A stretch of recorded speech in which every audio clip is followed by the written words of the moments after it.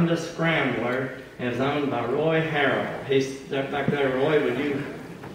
And I doubled, and he's with his wife. I doubled my wife, Charlene.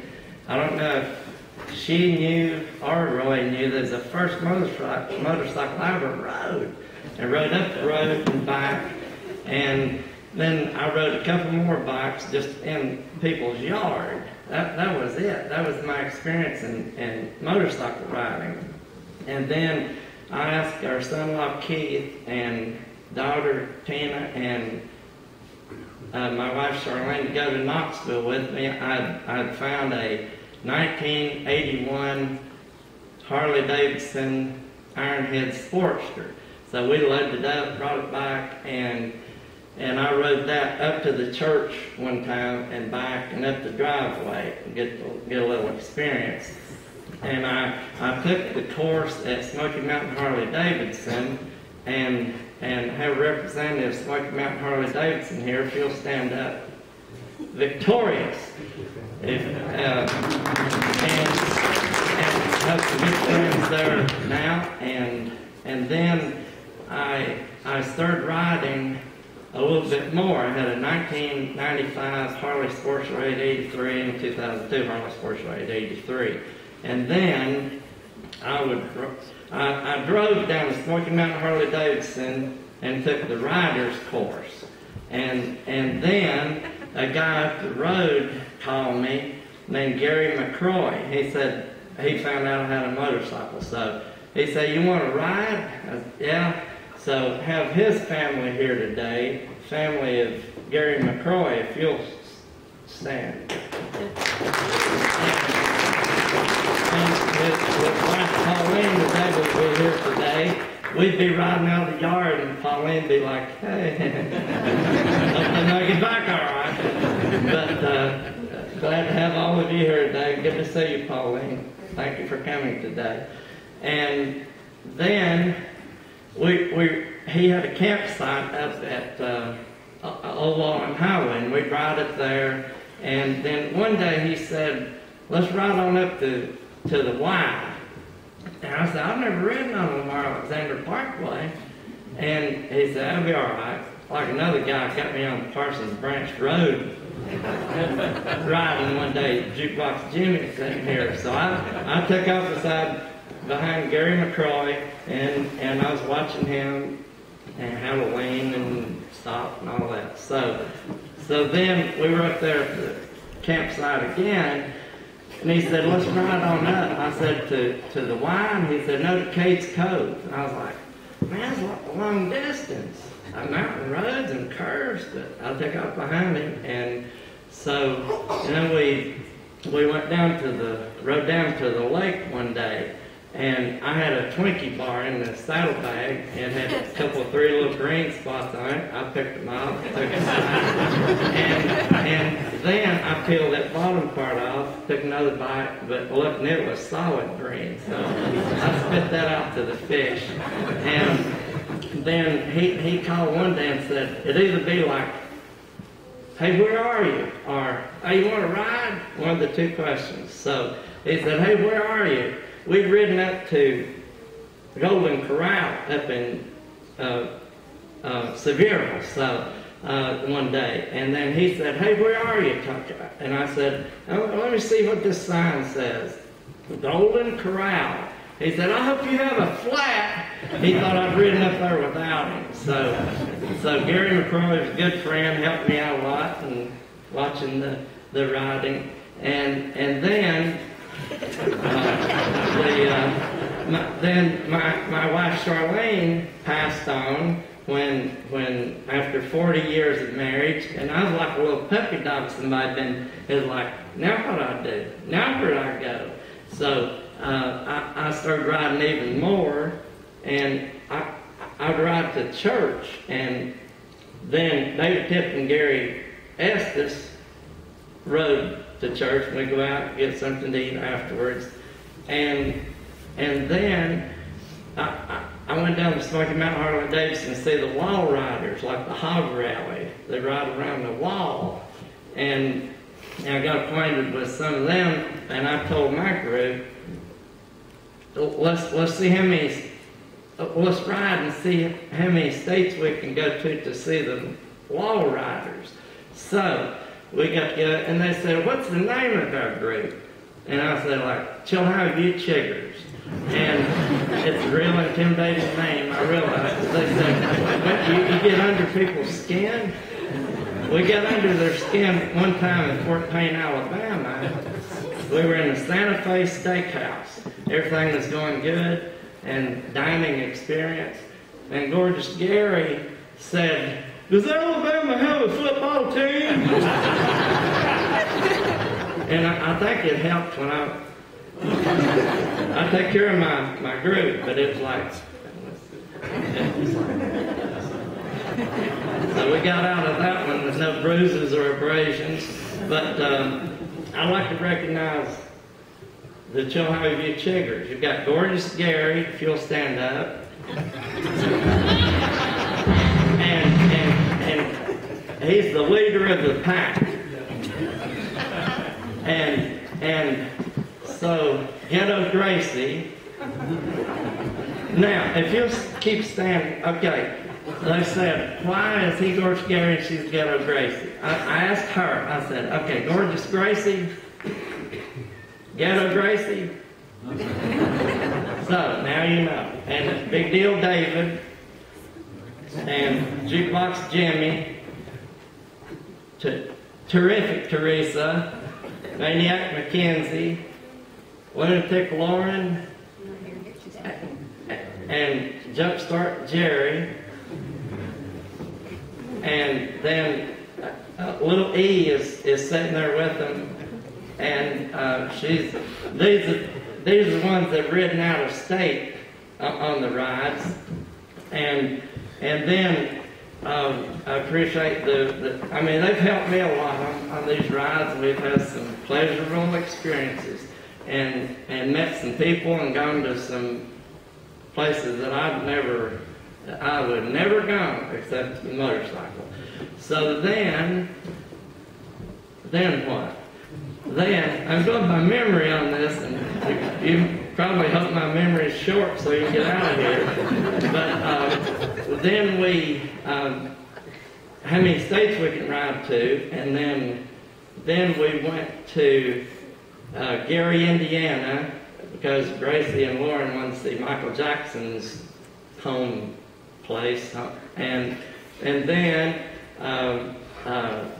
LeClaire, Iowa, to see the American Pickers where they do the shows, and then on to Davenport. And Gorgeous Gary is the leader of the pack, and he said his GPS will tell you anywhere in the United States, any destination except the Harley-Davidson dealerships, which are marked on there. So we pulled up Davenport, Iowa, and he said, there it is. And I said, there what is? He said, that's the Harley-Davidson dealership, and it was a cornfield. We never did find the Harley-Davidson dealership that day. But, and then New Orleans, Louisiana, we had, I mean, been some nice places, nice people that we've experienced, and then I started riding everywhere. I sold my car. I mean, it's like, in a car, and I'm not knocking cars, I'm not knocking cagers, that's what bikers call car drivers.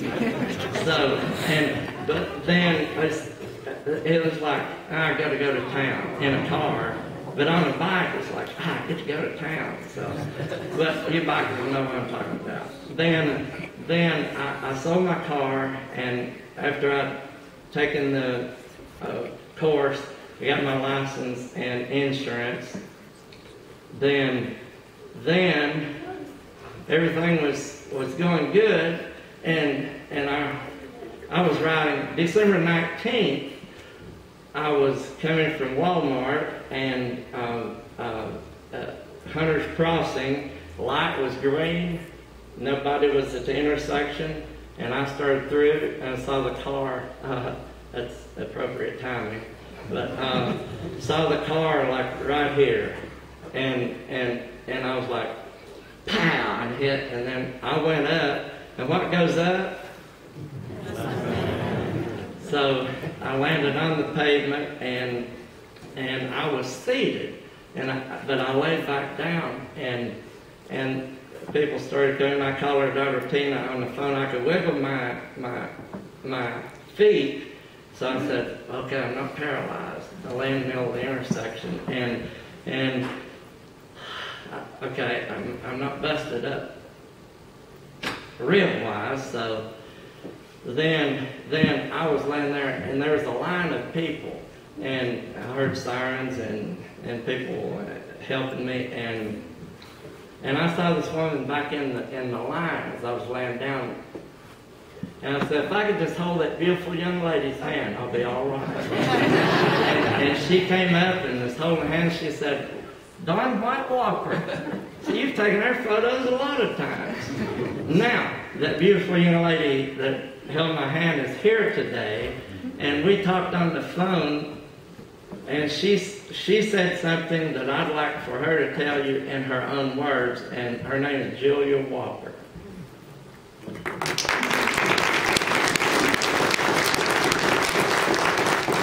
Good morning. My name is Julia Walker. I bring you greetings from New Vision Ministries, where my husband is pastor, and he is missing me right now because I am his musician. So I would have to leave shortly after I speak. I also teach world history for Blount County Schools, 6th grade at Eagleton Middle School. So I hope I have some of you. On December the 19th, well, I'll put it like this. My husband and I are always asking the Lord and seeking Him for opportunities to minister outside of the four walls of the church because there's so much ministry to be done. And I told him, I said, you know, I wish God would just kind of open up an unusual door for us to do something really cool, you know, some type of ministry. So we're coming from Walmart on December the 19th. And we were in a hurry to get to my children. My aunt was keeping them for us. We had been to an event. And we were sitting at the traffic light, and there was a car in front of us, and we didn't realize that there was a motorcycle in front of us. However, the light changed, turned green, and we proceeded to go. And we noticed that there was a car coming up on our left side, and the car turned. And next thing I knew, I saw this little black figure twirling in the air, and it just, we could hear Mr. Walker's helmet hit the pavement. And I told my husband, I said, oh my God, somebody's hurt. He is hurt. And so my husband, I pulled, the car that was in front of us had stopped. So I decided I was going to go around that car. And I just froze. I was sitting there in the lane, stopped, not knowing what to do. And my husband said, either you're going to move this car, or we're going to go on, or we're going to get out and help. And I said, well, you get out, and I'm going to go park the car. And as I said, I have asked the Lord to open a door for us to do ministry in a different type of way. I went and I parked the car, and I walked toward the gentleman who was laying on the asphalt. And it was Mr. Walker. And I was on the phone with my aunt. I don't know if any of you know her. Her name is Geneva Harrison. She lives in Maryville, in Alcoa. And I was on the phone with her. She had my two children. And I was telling her, I said, we're going to be late. We're going to be late. There's a man laying in the middle of the intersection. We got to help him. So are you okay? And so I still had her on the phone. And Mr. Walker said, he reached out his hand and he said, if I could just hold this beautiful young lady's hand, I think I'll be all right. And I said, oh my God, Geneva, it's Don White Walker. I gotta go. And so I knelt down and I began to hold his hand. And I would like to share with you guys that God puts us in places at specific times for specific reasons to use us for His glory. And I had asked the Lord to open a door for us, and the scripture says, ask and it shall be given, seek and you shall find, knock and the door shall be opened unto you. And we had asked, and we had sought Him for an opportunity, and there was an unusual open door for us to serve. And when we ask God for those opportunities, we have to be willing to walk into those doors and be willing to take all the blinders off of our eyes. Because God doesn't see color. He doesn't see us the way we see each other. And as I held Mr. Walker's hand, the Holy Spirit was ministering to me about love and about reaching out to people and about being there and about being available. And he was helping me, and Mr. Walker was helping me because he never moaned or groaned or complained the whole time he was laying on that asphalt. And in my mind, I was thinking, how is he doing this?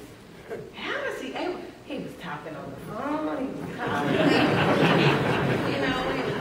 and I'm thinking, if this had been me, I'd have been crying and screaming and yelling. But the fact that he was calm helped me to help him, helped me to be there for him. So, long story short, if I could leave anything with you all, first of all, I'd like to thank you for inviting me here today, and thank you for allowing me to obey the Lord and serve you that night, because you were really a blessing to me and to my husband. But I want to say that open your hearts up to more opportunities to minister to anybody and everybody, because you never know when your last time is.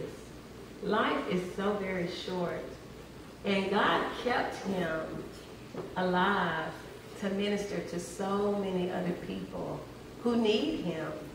And he allowed me that experience to show me that his love just goes above and beyond the call of duty. So keep that in mind as you leave today, and watch for opportunities to serve him, to minister to people everywhere, anytime, any day, because he's going to call on you. And when he calls on you, be ready. Thank you.